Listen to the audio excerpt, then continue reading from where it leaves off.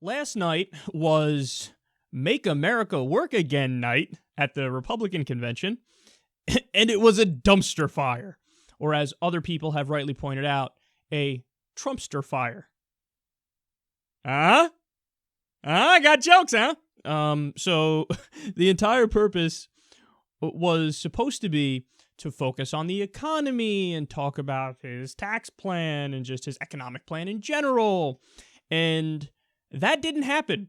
It just didn't happen. So listen to this. I watched the entire fucking thing. My brain almost melted and started dripping out of my ears. But here are some words that were never said. Wealth inequality. Income inequality. Living wage. Minimum wage. Equal opportunity. All mentioned 0 times. Donut. Nada. Zilch. How are you going to have economic night?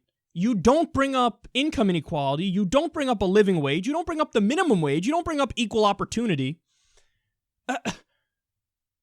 That's beyond ridiculous. I can't wrap my mind around how substanceless that is. So this is your choice in America. You have the Democratic Party, which is an 80% sellout party. You know, they do the bidding of Wall Street, and they do it with a smile on their face. And you have the Republican Party, which is a 100% sellout party to Wall Street. And they don't even give a fuck about policy at all. Like, to them, it's like, what do you mean? I'm going to go out on stage. There was more riffing against Benghazi and Hillary Clinton than there was talk about the economy.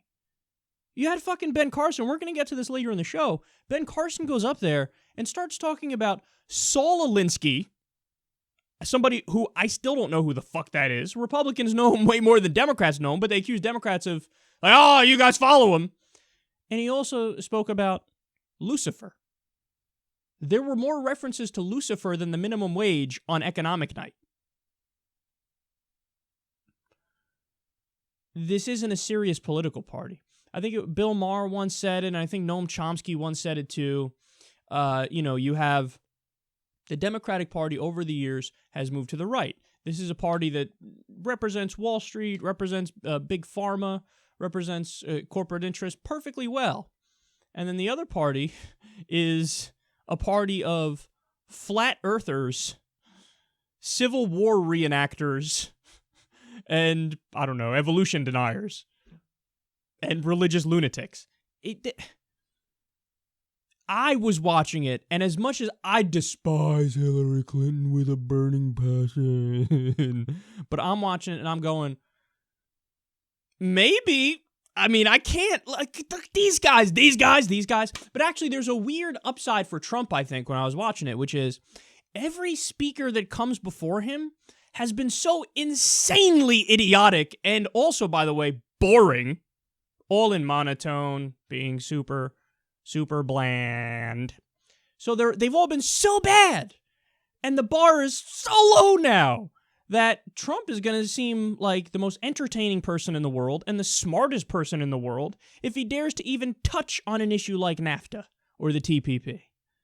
So this may have a weird upside for Trump that everybody else is so fucking terrible that he comes out there and everybody's like, oh, finally, somebody who I can actually listen to and pay attention to because he's not the most boring person on the planet. And oh, look at that. He said something against the Iraq War. Finally, we have a decent point at the RNC. But everybody else, man, I mean, it's like a fucking insane asylum in there. Like, I'm amazed. I'm watching it and I seriously start thinking of, like, you know, a room full of Islamists in Iran or something. The way that they're at one point they're chanting, guilty, guilty, guilty, lock her up, lock her up, lock her up, lock her up, talking about Hillary Clinton. I mean, I'm like, whoa, it's creepy in there, it's scary in there, and on economic night, they don't talk about the economy. So, buckle up, because the rest of the convention, I'm sure, is going to be equally crazy or even more crazy. And we should all be prepared for it, because I must say, I was not mentally prepared for it going into this thing.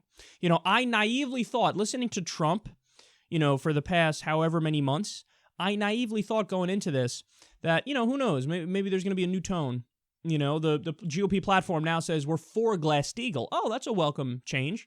So you think, okay, maybe we'll go into this. Maybe they'll drop the social conservatism horse shit. Maybe they'll drop the we want a Christian theocracy ideology. No, they doubled down on that. They doubled down on Benghazi. Christianity's fantastic. All the other religions suck. Muslims for Trump was there. One guy came out on stage at the end of the night to give the closing prayer, because of course you got to do a closing prayer at the Republican convention. People in the audience screaming, "No Islam!" as he's walking out there. Even the most Uncle Tom of Uncle Toms when it comes to Islam, they're like, no Islam, you're all terrorists. Every last damn one of you. It's a room full of children. It's a room full of low IQ monsters. And no, I don't apologize for that, because it's fucking true.